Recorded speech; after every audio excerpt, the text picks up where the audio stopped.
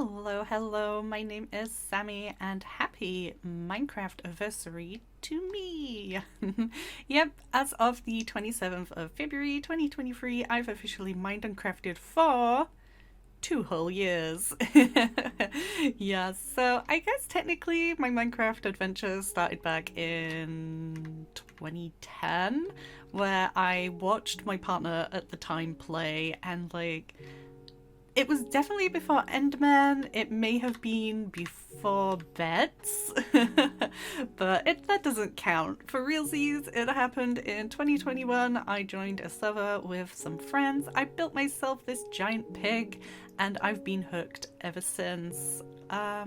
So today, I've shown you a tour of Pig House and other SMP bases before, so I decided let's go and hop into some of my abandoned single player worlds and maybe have a little chat about things I learned along the way. So let's get started. First up on our list is the wonderful world of Mudkips. Do you ever log into an old game file, see your messy inventory, and just wonder, what was I doing? I was in the Nether? With some chickens? What? Huh. I guess that answers a few questions. So this file is named Mudkips because it was made before some changes to axolotls, which means it was a bit easier to find the rare little blue purple guy. There they are.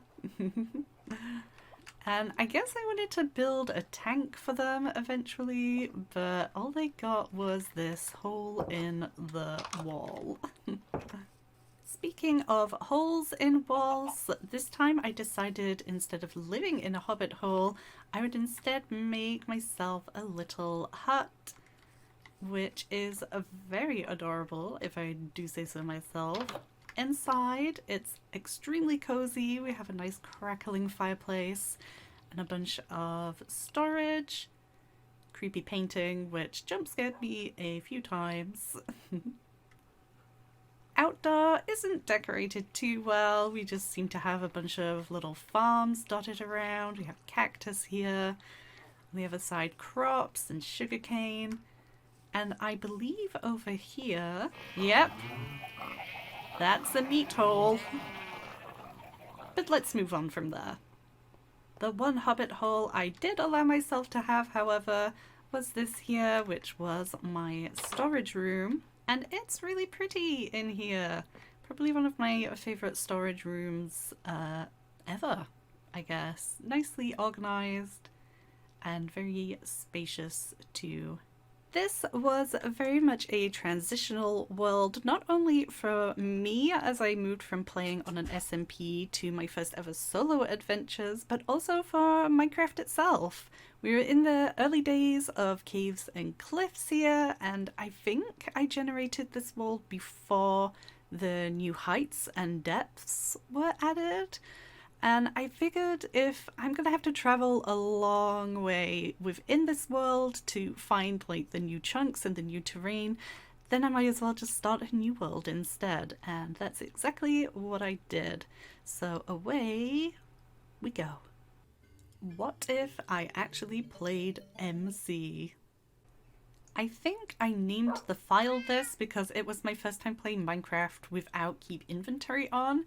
And whilst it was supposed to be my first time really challenging the game, I also discovered things like chunk base and spectator mode, and overusing these really sucked out a lot of the fun for me. But I went ahead and I made this lovely little house, which appears to have a jelly. Hello, sweet jelly. I didn't know who you were at the time.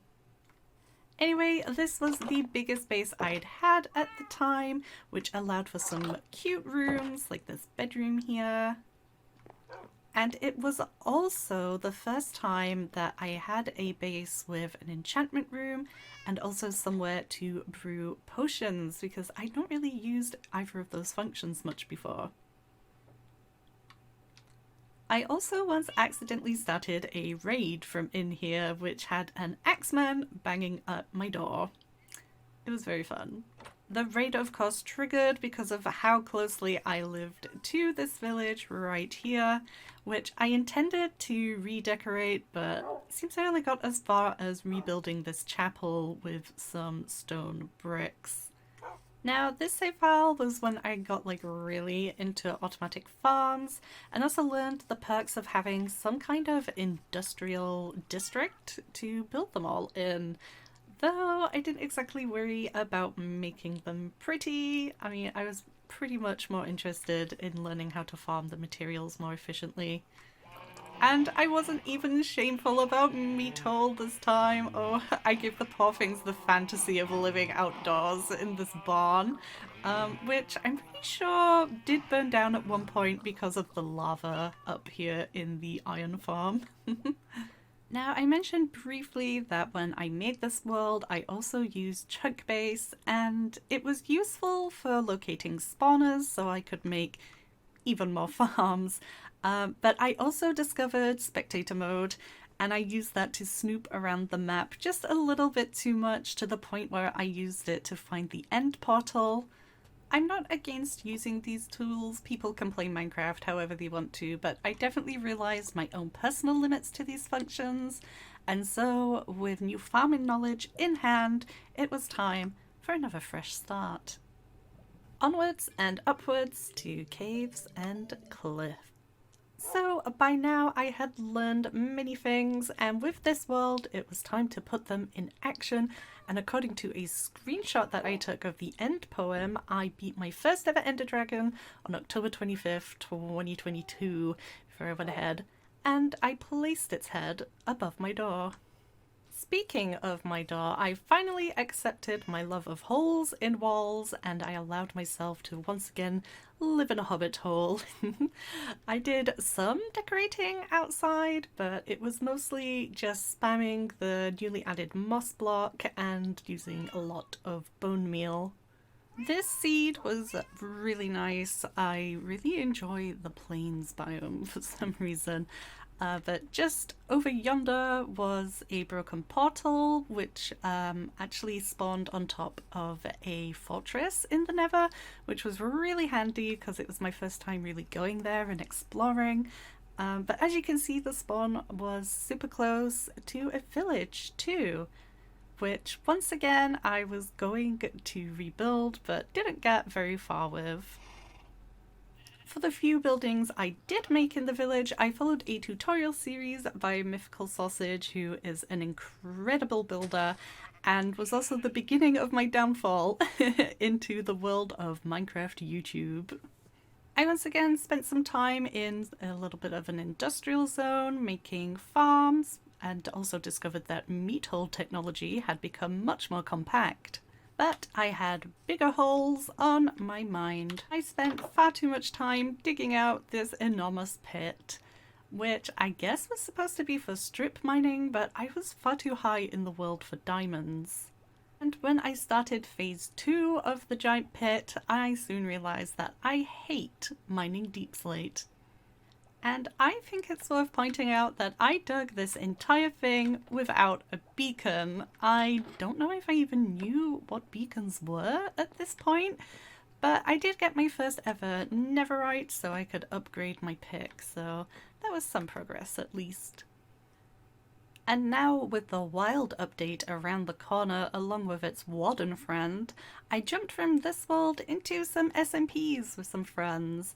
And as those worlds grew quiet and closed down, I still had a blocky itch to scratch, and so I returned to single player.